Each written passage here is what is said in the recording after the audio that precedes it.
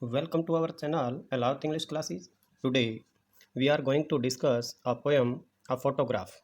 This is Tish Kumar Allowed. Today, we discuss poem, a photograph written by Shirley Tolson.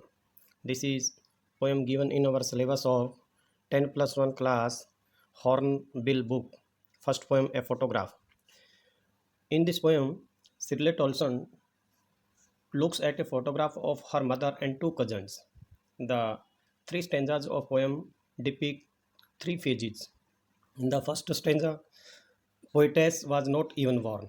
She looks at a photograph. It shows her two cousins, each one holding her mother's hand at the seashore. Her mother was also a girl of about 12 years at that time. Poetess' uncle took that photograph. Poetess says that her mother's face in the photograph is very sweet. Three girls in the photograph are standing at the seashore and the sea water is washing their feet.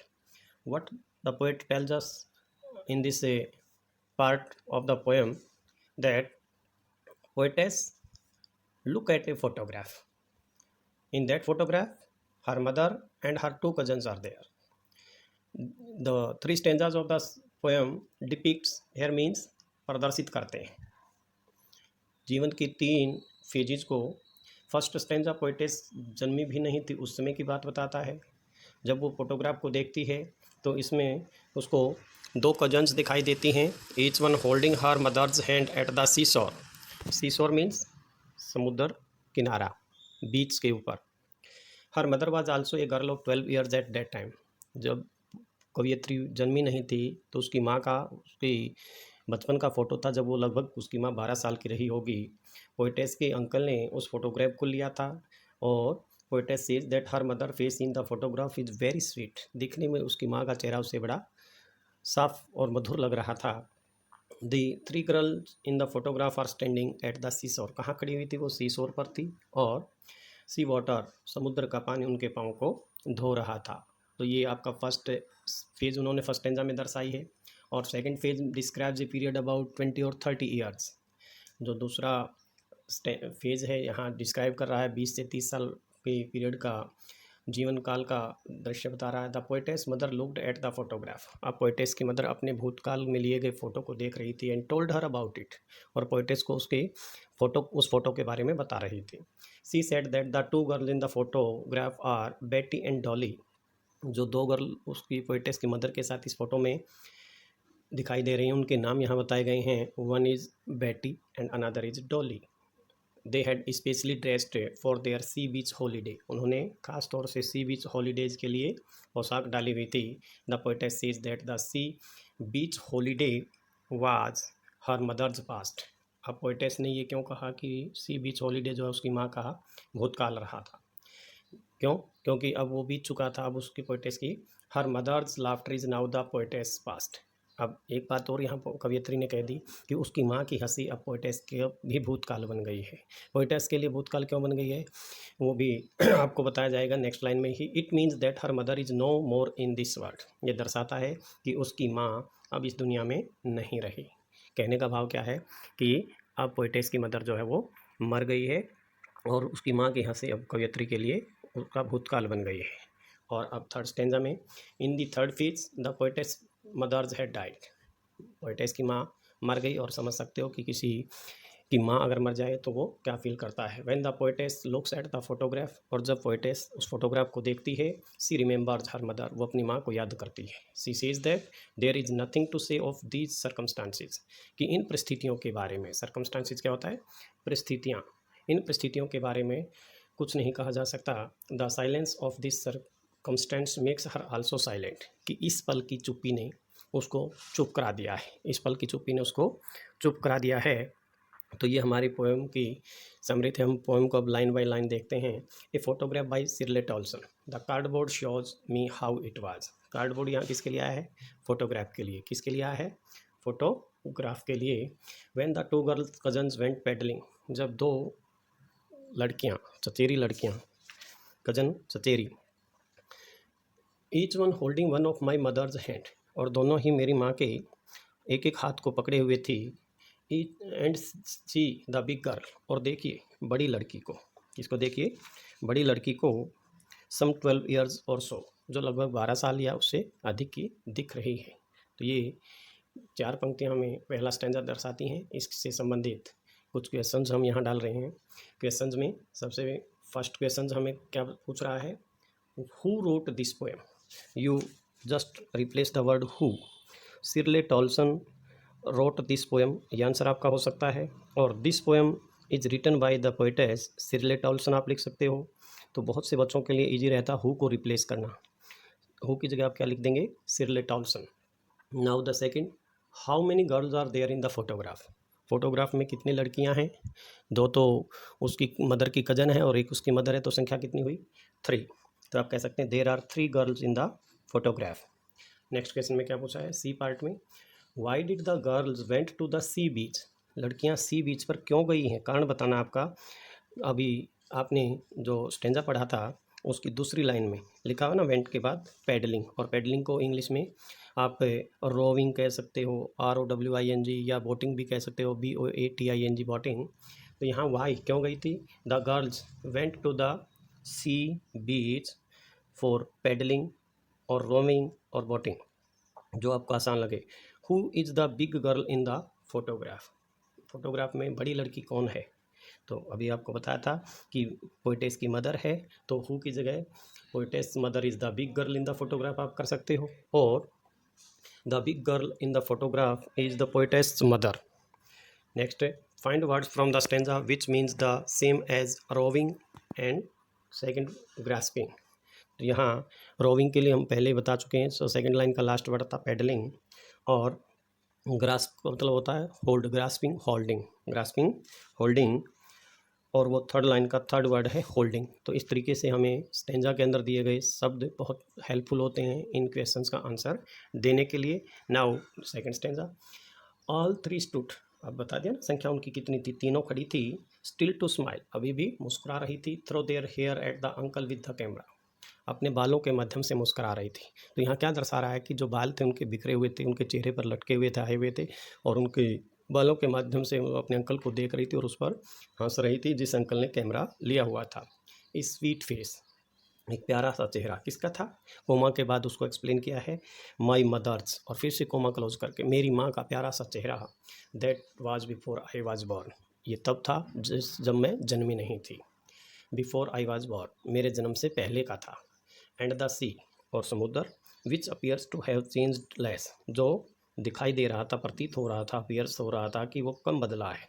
Vast their terrible transient feet, वो उनके भयानक दिखने वाले, पल भर में नष्ट हो जाने लायक ट्रांजिट फीट को जो है वो धो रहा था। ट्रांजिट का मतलब यहाँ शॉर्ट लिविंग है, कम समय, अक्षण भंगुर हो जाना, पल भर में नष्ट होने लायक, यानी कि किसी लॉन्ग पीरियड के साथ किसी बहुत छोटे पल को, अब 1 घंटे के साथ 1 सेकंड का कंपैरिजन करो तो 1 सेकंड बहुत छोटी होगी, तो उसको बोलेंगे शॉर्ट लिविंग। तो यहाँ आई थिंक कि आपको स्टेंजा समझ आया होगा। तो हम अब इस स्टेंजा के क्वेश्चन आंसर्स देख लेते हैं। और फर्स्ट क्वेश्चन हमारा क्या है, who are the all 3 referred to in the poem. Poem में ऑल 3 किनको कहा गया है, the 3 are the poetess mother and her 2 cousins. All 3 कौन है यहाँ, poetess mother and her 2 cousins हैं। Who is taking the photograph, photograph कौन ले रहा है, अभी बताया था ना, uncle holding the camera, the poetess uncle is taking the photograph. And third one, how does poetess describe her mother's face, poetess ने अपनी माँ के चेहरे के बारे में क्या कहा है, तो स्वीट वर्ड आया था, सेकेंड लाइन में लास्ट वर्ड था स्वीट फेस, तो आप कह सकते हैं she describe her mother's face as sweet face. Where are the 3 standing, where are the 3 standing, तीनों कहाँ खड़े थे, the 3 are standing in water on the sea shore, sea शोर पर वाटर में खड़े थे। और लास्ट है, find words from the passage which means the same as seems. Seems आप देखेंगे कि 4th लाइन में विच अपीयर्स, अपीयर्स यहाँ सीम्स का मीनिंग दे रहा है। शॉर्ट लिविंग, शॉर्ट लिविंग के लिए आपको मैं पहले ही बताया था, ट्रांजिट वर्ड आया है, last second last word stanza का transit. In this way we complete the questions of this stanza. Next stanza now, some 20-30 years later, कुछ 20-30 साल बाद, she would laugh at the snapshot, वो हंसी उस स्नैपशॉट पर, उस फोटोग्राफ पर। यहाँ देखो फोटोग्राफ के लिए पहले स्टेंजा में कार्डबोर्ड आया था, थर्ड स्टेंजा में अब स्नैपशॉट आया है। सी बैटी एंड डॉली, देखो बैटी और डॉली को देखो, सी वुड से उसने कहा होगा। And look how they dressed us for the beach, और देखो उन्होंने कैसे अपने आप को, हमें पोशाक पहनाई हुई है बीच के लिए। The C holiday was her past, समुद्री किनारे पर हॉलीडे मनाना उसका भूतकाल रहा था। माइन इज हर लाफ्टर, और मेरे लिए भूतकाल क्या था। माइन यहाँ पोइटेस ने किसके लिए यूज किया है, अपने स्वयं के लिए। माइन इज हर लाफ्टर, और मेरे लिए भूतकाल क्या है, उसकी हंसी। किसकी हंसी, माँ की हंसी। बोथ ट्राई, बोथ वरी राई with the लेबर्ड is of loss, और दोनों के दोनों जो हैं अब इस उलझन की स्थिति में हैं कि नुकसान आसानी से भुलाने की मेहनत से कुछ नहीं हो सकता है। बोथ राई with the लेबर्ड is of loss, दोनों के दोनों को माँ भी, क्योंकि जो भूतकाल में फोटोग्राफ में दिख रही माँ है, और अब जो पोइटेस है सिरलेट ऑल्सन, दोनों ने मेहनत की है। लेबर्ड यहाँ हार्ड वर्क के लिए, ईज ऑफ लॉस कि जो हानि हो गई है उसको आसानी से भुलाने की मेहनत कर रही है वो, नुकसान को आसानी से भुलाने की मेहनत से। कुछ कॉन्ट्रास्ट हो गया है, विडंबना की स्थिति है। हो आपको समझ आया होगा, लग रहा है मुझे कि अब हम इसका कुछ क्वेश्चन आंसर कर लेते हैं कि नेक्स्ट जो क्वेश्चंस आए हमारे सामने, वो फर्स्ट क्वेश्चन जो है, how many years have passed since the photograph was taken, photograph को लिए हुए कितने साल हो गए हैं। तो पहले जो लाइन आई थी उसी में आंसर है 20-30, तो आप कह सकते हैं 20 और 30 years have passed since the photograph was taken. Second, what are the names of the two girls referred to by the mother, माँ के द्वारा जिनका रेफरेंस दिया गया है, प्रसंग बताया गया है, उन दो लड़कियों के नाम क्या हैं। तो आपको सेकंड लाइन स्टेंजा की लास्ट वर्ड बैटी है, और थर्ड लाइन के पहले एंड बैटी एंड डॉली, तो their names are Betty and Dolly. C जो क्वेश्चन है, what did they dress for, उन्होंने किस चीज़ के लिए ड्रेस पहनी हुई है। They dressed for a holiday at the beach, उन्होंने बीच के ऊपर हॉलीडे मनाने के लिए पोशाक पहनी हुई है। What is the poetess past, कवियत्री का पास्ट क्या है। Her mother's laughter is the poetess past, उसकी माँ की जो हंसी है वो उस कवियत्री के लिए क्या है, उसका भूतकाल हो गया है। Find the words in the passage which means same as the photograph and sure, photograph के लिए लाइन 2 में स्नैपशॉट वर्ड है, और श्योर बीच के लिए आया है जो कि 4th लाइन में आया है। तो आप कह सकते हैं photograph means snapshot, shore means beach. Stanza 4. Now she has been dead nearly as many years as that girl lived, and of this circumstance there is nothing to say at all. Its silences.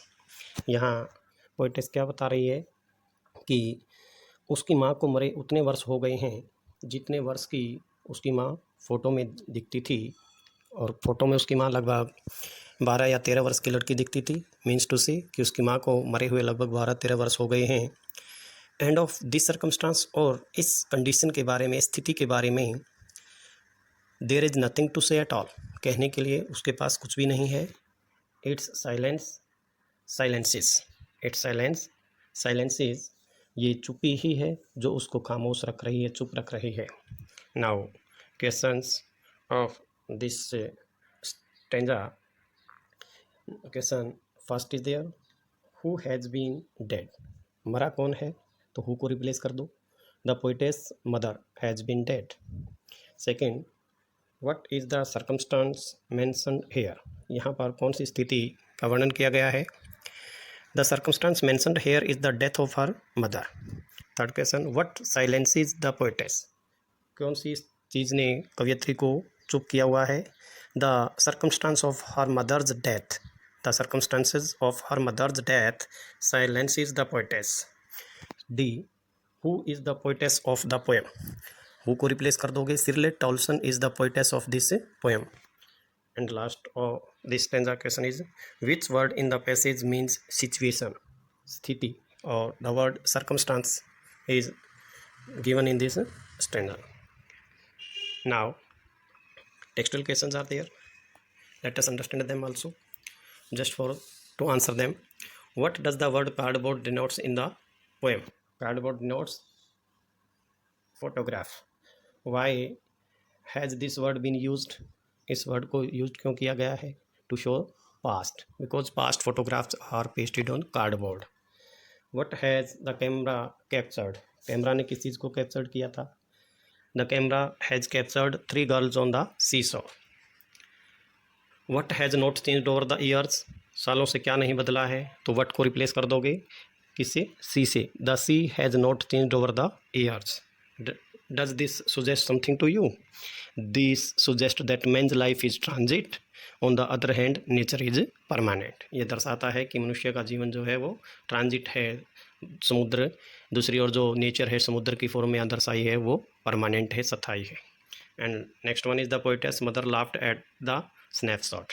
Snapshot में photo में कोयत्री की माँ हंसी है. What did this laugh indicate? ये हंसी क्या दर्शाती है?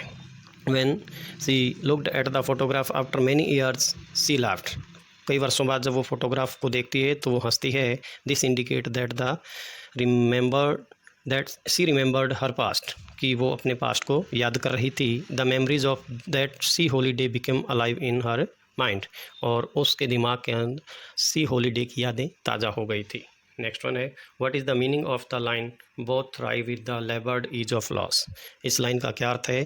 कि दोनों ही नुकसान को आसानी से भुलाने की मेहनत से कुछ विडंबना की स्थिति में है. कि क्या उसको मेहनत करके इस स्थिति को भुलाया जा सकता है?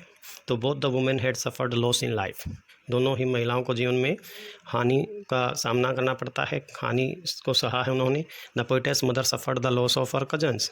पोएटेस की माँ को तो अपने कजन्स का हानि हुई है, कजन्स से नहीं मिल पाई है. But she laughed and try to make it easy. लेकिन वो हंसती है और उसे आसान करने की कोशिश करती है. इन द सेम वे, और इसी तरीके से the poetess is sad at the loss of her mother. Poetess भी अपनी माँ की मर जाने की हानि पर उदास है. But she also tries to forget it. वो भी इसे भूल जाने की कोशिश करती है. नेक्स्ट जो हमारा क्वेश्चन है what does this circumstance refer to. ये सर्कमस्टांस किसको?